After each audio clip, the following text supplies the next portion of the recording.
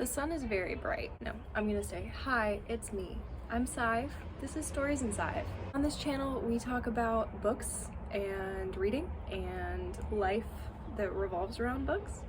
And it is my way of escapism and romanticizing of life in general. And I really need that this week.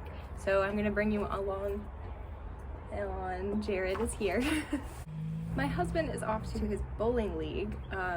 He's 23, acts like he's 63. Anyway, so this channel is meant to be something that I enjoy filming for. And you know, I really want to bring you along on a weekly vlog this week. I had a rough week last week and my weekend wasn't really that great either, and so it is Monday night and I wanted to start a video in which I can talk about my reading and track some progress and hopefully capture some nice life moments and kind of just solidify those and romanticize those. So I will go ahead and talk about the book I have here. Actually, I want to get out of the sun. This is too bright. So I wanted to tell you that I'm reading Realmbreaker by Victoria Aveyard, and this is a young adult fantasy. This is Victoria Aveyard's new series. It is a multiple perspective fantasy story, and I'm loving it so far. I read the whole Red Queen series by her last summer, and I'm excited to get into this one. I've already completed over halfway of this book. We have our main character, Coraine, and it's the chosen one trope. There is a threat to the realm, and it looks like she's the only one who can really do anything about it. My love for Coraine does not run deep. Let me just say that. I'm very thankful for the other perspectives that are featured in this narrative. We also hear from a queen. We hear from an assassin named Sarn, and she's just the best. We hear from an elder named Dom, and an elder is basically the equivalent of like an immortal, and they have core blood or spindle blood, and that means they are immortal. Coraine has some of that blood in her as well. She is mortal, but I believe she has a grandparent who is like full-blooded spindle blood, and so she has some in her.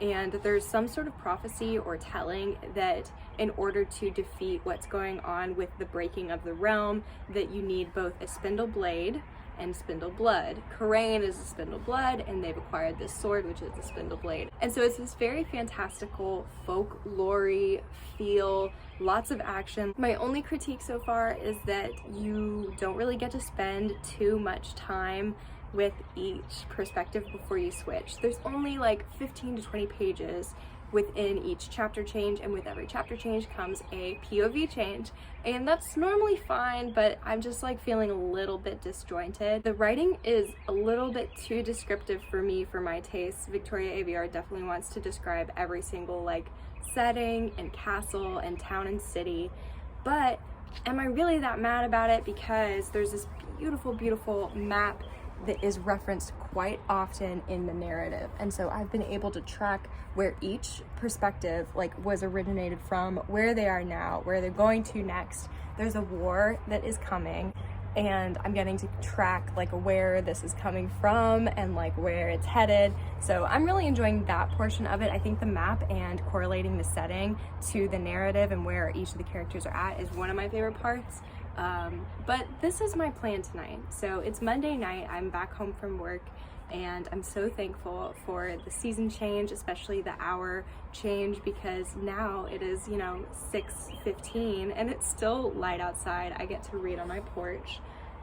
So I'm going to do that and enjoy that. I've got dinner cooking inside, and yes, I'm going to be taking you along with me this week. Thank you for joining me. I hope that you enjoy some good vibes and some light-hearted chats about reads and life, and I'm just hoping to kind of like pull some joy from this video myself. So yeah, that's all I got for now. I will talk to you later.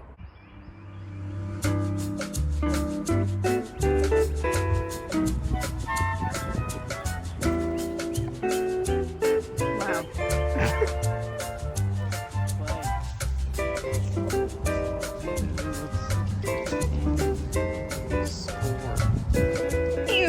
That's the worst word.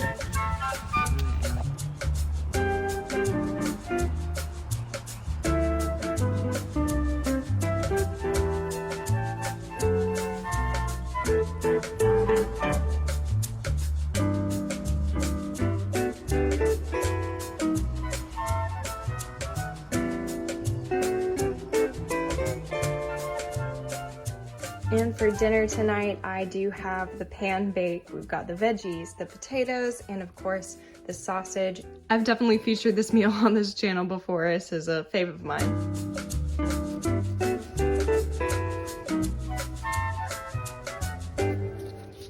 Hi, good evening. It is much later. I am about to go to bed, so I wanted to check in with you because knowing myself in my hectic mornings, I probably won't speak with you tomorrow morning, but I read to page 400 of Realm Breaker and I only have 160 pages left to go.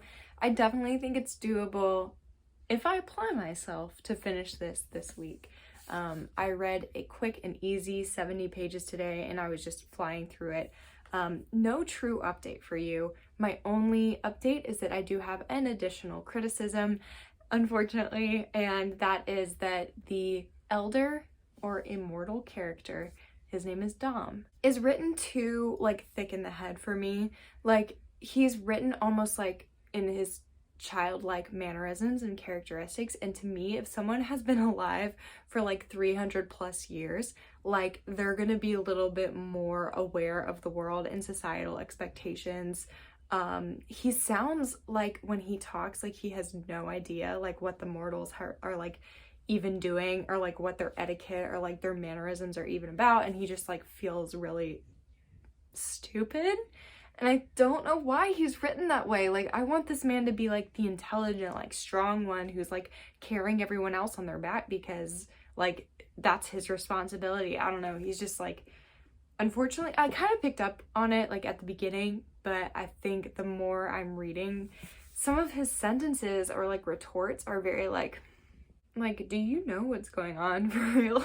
To move away from Realm Breaker, I wanted to let you know that my audiobook listen that I'm going through right now is a historical romance that I have been thoroughly enjoying by Miss Evie Dunmore, and that is The Rogue of One's Own, and this is the second book in a companion set, and I'm really enjoying it. We're following a suffragette, Lucy, as she is navigating her way and trying to basically further her political stance while also managing this man that she now shares a 50-50% partnership with a publishing house with, and this man is turning out to be very difficult, except there's a lot of sexual tension and it's super cute, it's very adorable, but you also have some of those serious undertones.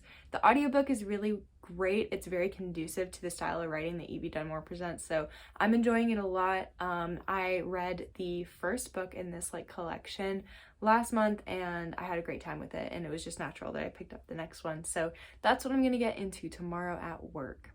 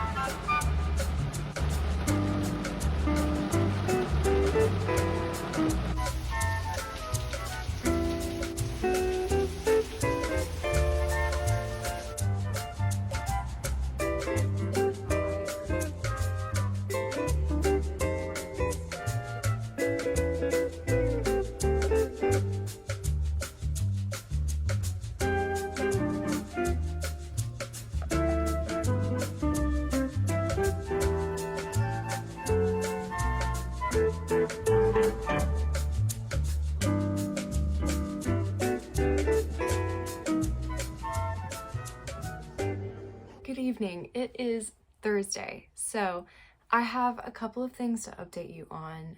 Over the past 2 days, I've been listening to a lot of audiobook stuff, and I wanted to tell you that I finished A Rogue of One's Own, and oh my gosh, it was so good. So that was my first 5-star of the month of April, and it was truly, truly amazing. Definitely one of my more favorite historical romances. I liked it a lot better than Bringing Down the Duke. Lucy, the main character, is a suffragist, and she has very strong beliefs in women's rights, and she's an activist, and her whole family is like basically ditched her. So her love interest, Tristan Valentine, knew her in childhood, and it's like a long lost love thing, except it's like enemies to lovers because they hate each other. And then it was just so good. It was so cute, and I was totally rooting for this couple. I very much enjoyed the ending.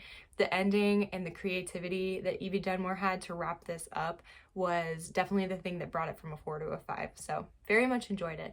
I quickly pivoted quite heavily to a horror. So I picked up the audiobook for The Exorcist, and I've been listening to that since Wednesday. So yesterday and today, and I'm about 60% of the way through it. Super disturbing. I hate it. I can't stop listening to it. I've had a pretty busy week, honestly. On Tuesday, I didn't do a whole lot of reading, and then on Wednesday, I was out of the house in the evening, and so now I have some time to sit and read Realmbreaker. I'm gonna cook some food, and then Jared and I are gonna watch Moon Knight later. The second episode it already came out yesterday, and we're really enjoying that show. I'm excited to get into it. And that's what I have planned. I will hopefully have some sort of reading update for you for Realmbreaker soon. I'm so happy to be home right now and then I don't have anything to do tonight. Hi, so I've been reading, and I've made it to page 500 of Realmbreaker, and I only have 60 pages left. And like, we're nowhere close to like wrapping this thing up, because normally by now, like, they're at least at the destination where like the final battle or like the final conflict will happen. And we're just like traveling so much, and like they're not even there yet. And I'm like, how on earth are you gonna wrap up this massive fantasy novel in less than 60 pages? Like, that's not enough of a conclusion for me. I'm worried that now the conclusion is going to feel very rushed. It's going to feel really open-ended, and likely, I mean, because it's part of a series, I know there's going to be at least some part or some sort of cliffhanger, which is fine. I like cliffhangers, but I think that we're not even going to get to like the cliffhanger. I don't know. Like, 60 pages is not a lot, so we'll see. I'm enjoying it. I'm definitely liking some of the action that's happened, but again, there's so much description and it's a little bit too slow for me, which is crazy because the beginning opening scene was like awesome, and it was so good, and it just opened on this massive battle, and it was like very action, like combat based, and there's like hardly any combat at all. Like, there was one scene where they were like teaching Corinne how to fight like a little bit, and I think I was expecting more time on boats, like pirates and seas and treasure and war, like on boats. And there's like one scene, and then also I was expecting a lot more hand-to-hand combat, and I don't know, I'm just missing it. So we'll see how it wraps up. I probably will pick up the second book, Blade Breaker, when it comes out at the end of May anyways. If I don't talk with you later tonight, I hope you have a good one. I'm going to Greenville this weekend, and I don't really know how I'm going to wrap up this vlog just yet. Hi, it's me. It's Sunday, and I'm going to finish the last 30 pages of Realmbreaker and then wrap up this vlog with my final thoughts.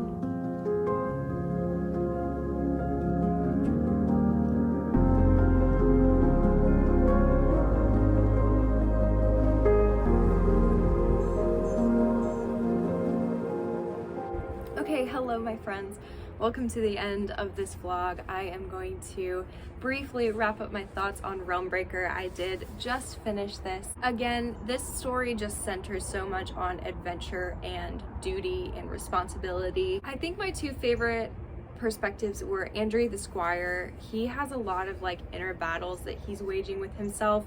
He was serving the realm as and this court and this castle. He had an allegiance as a squire. He was training to be a knight, and now he's put in a position where he has to rethink his allegiances, and he also is a very at his essence, he's a protector. He wants everyone to be okay, and you see that perpetuated throughout his story arc. And then my other favorite perspective is actually the perspective of the antagonist. The antagonist is actually a spoiler, so I can't really talk too much about it, but let me just say it was riveting, very startling, it was very blatant. A lot of the language that was used, a lot of like the concepts that were explored were like really not what I was expecting. They're a little bit darker than I thought was going to come from a YA story like this, but it was really good because my issues were more with like believing in the cause, that the guys were all coming together to accomplish the quest. So I was like, I don't know, I kind of am struggling to like really grasp the severity of what was going on. When they went to go solve the problem, accomplish the task, and complete the quest, there were a lot of kind of convenient things that happened. And I think seeing the perspective of the antagonist was helpful for me because I was able to just like remember why they are doing the stuff that they're doing. I don't know, I was just reminded to like care about it. And that's I think one of my issues with this story is like I genuinely like, I don't know if I like really cared a whole lot. And that's crazy because I mean I read like over 500 pages of this story following these characters, and I definitely enjoyed it. There was one or two moments at the end that were just like really dynamic, and I'm excited because I will be picking up the second book. But the beginning was so strong and the ending was very strong as well, stronger than like the middle 200 pages. Basically, I think that this book should have just been shorter, and I probably would have liked it a little more. I think I'm gonna rate this a 3 because I really did enjoy it, but I know that there's a lot of like room for improvement, and I think that this is just a great first book. It introduces the reader to the realm of Allward, which is like the weirdest thing to say. Like I can't say that. Allward.